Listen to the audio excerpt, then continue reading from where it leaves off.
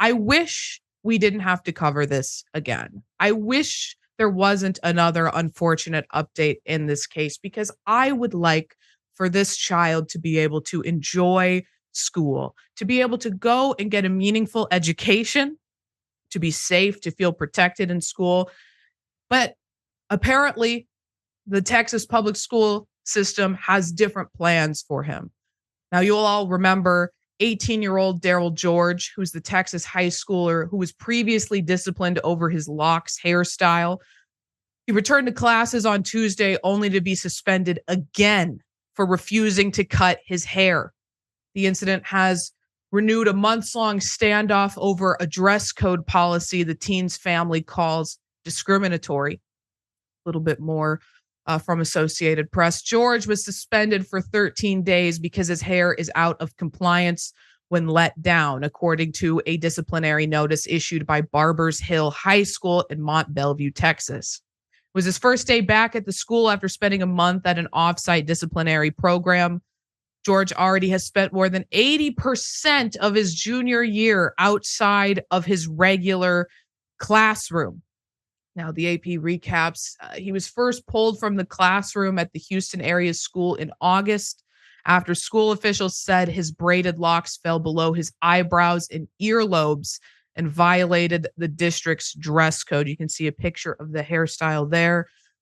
His family argues the punishment violates the Crown Act, which became law in Texas in September and is intended to prohibit race-based hair discrimination.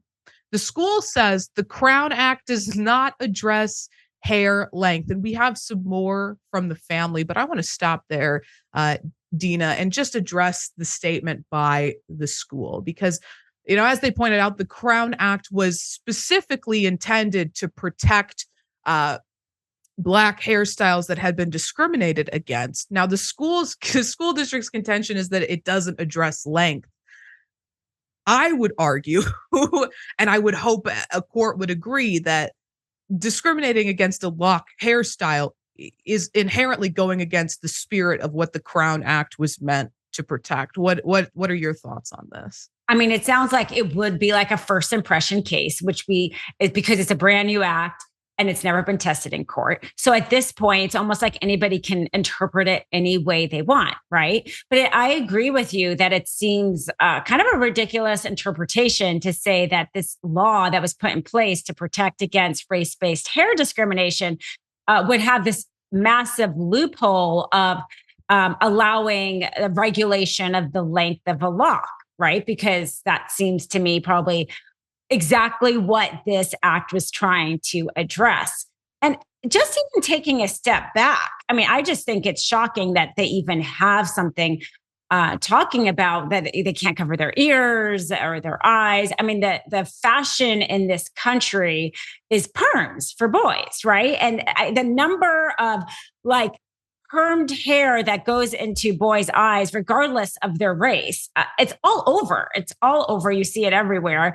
And so they clearly seem like they're kind of targeting this child and picking on this child. And the fact that this high school even has this kind of policy seems to me definitely like a violation of the Crown Act. I think it's a violation of the civil rights. I mean, you do give away some rights as a student in a high school. Like, you don't have your same free speech rights that you would otherwise, because there's this idea that your rights have to kind of align with other students being able to learn. But your hairstyle isn't going to infringe on somebody else's ability to learn. So it seems to me like a violation of actually his First Amendment.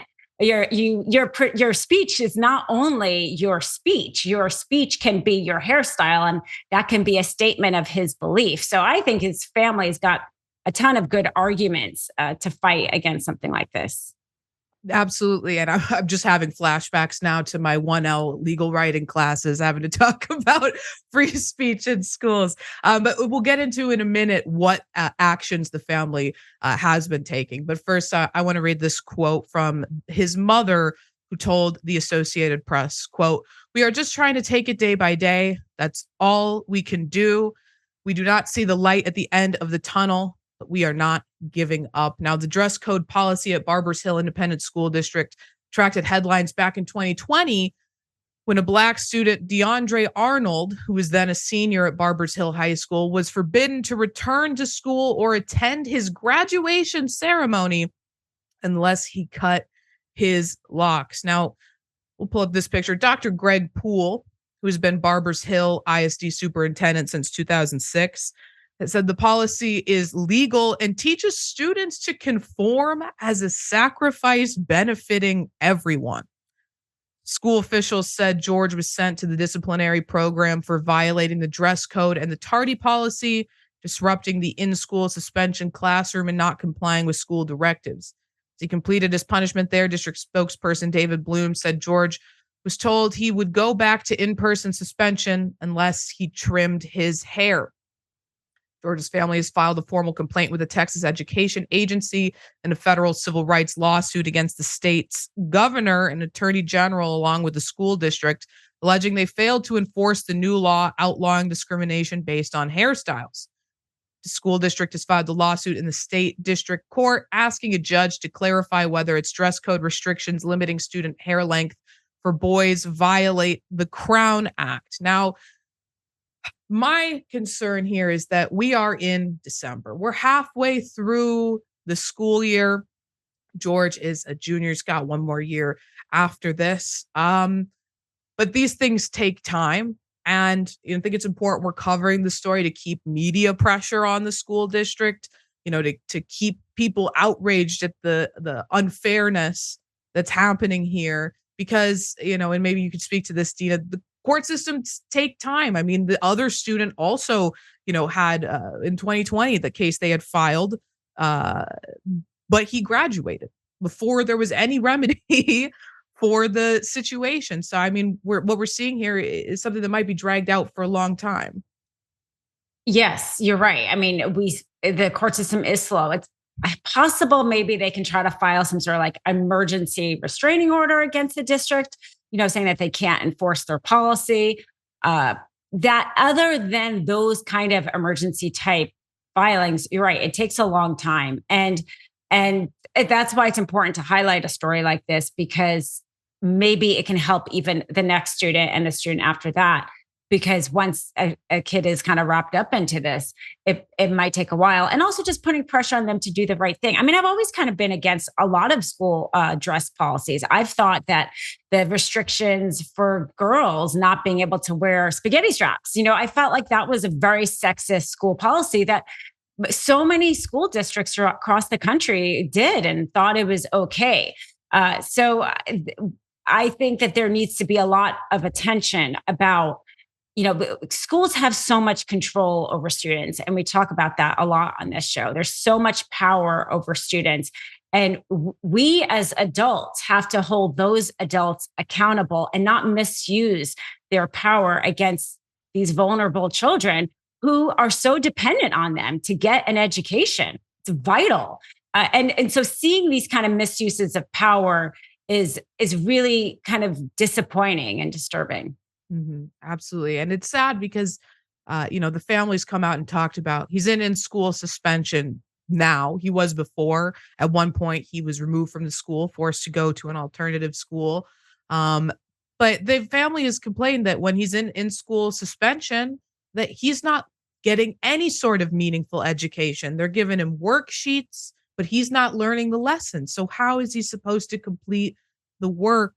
It's just horrific. They're essentially denying him an education because he won't comply with their ridiculous dress code policy. And I'm glad that you highlighted that how it's been used against female students. Just as a quick example, the year after I graduated, my high school imposed a no leggings policy, no yoga pants policy for the girls at the school. And there was a lot of outrage, as there should be. And the principal defended the policy by saying that leggings and yoga pants are a distraction to the male students and staff, which is disturbing on so many levels. But when you ask them to have to justify these positions, what is the justification for this hair needs to be above the ears, right? I mean, how is it distracting anybody from their education if this child has locks or if that girl is wearing spaghetti straps. I mean, come on now. I mean, I'll just give you the last word on this. Well, I'm glad you brought up that example about the girls. It's definitely blaming the victim. It's her fault. We've seen this in rape cases all the time. Well, what was she wearing at the time? Was she asking for it? And here's the schools doing that with their policies of short shorts and leggings and spaghetti straps. The high school principal where I live said, it's up to the boys not to be distracted. So we don't do a dress code policy. And I was like, thank you. Why are they not all doing that? I'm so tired of this victim blaming. And for the boy, exactly. Is it that you're uncomfortable that he happens to look like his race and his culture? Is it making you uncomfortable? Is it making the staff uncomfortable? Who is it making uncomfortable? Because it's not making him uncomfortable. And he's the only one that really matters here. Exactly. And if they cared about educating these students, they wouldn't be continuously trying to push them out of the school.